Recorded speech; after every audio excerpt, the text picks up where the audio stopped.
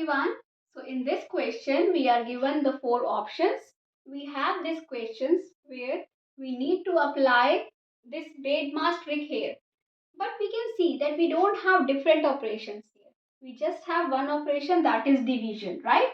So when we have these types of questions, when we have like only this operation, or we have division and multiplication both. So we just need to remember one thing, that we will follow left to right order. Okay, how? So we will start from the left. What is this? 1 by 6 divided by 1 by 6. So this is actually 1, because something divided by something is 1. Either you can do this way or you can do this way. Okay, and write rest of these like this. Okay, so this. So now this is 1 divided by 1 by 6 divided by 1 by 6. Right? Now again left to right. Okay, so 1 multiply 6 by 1 divided by 1 by 6. Right?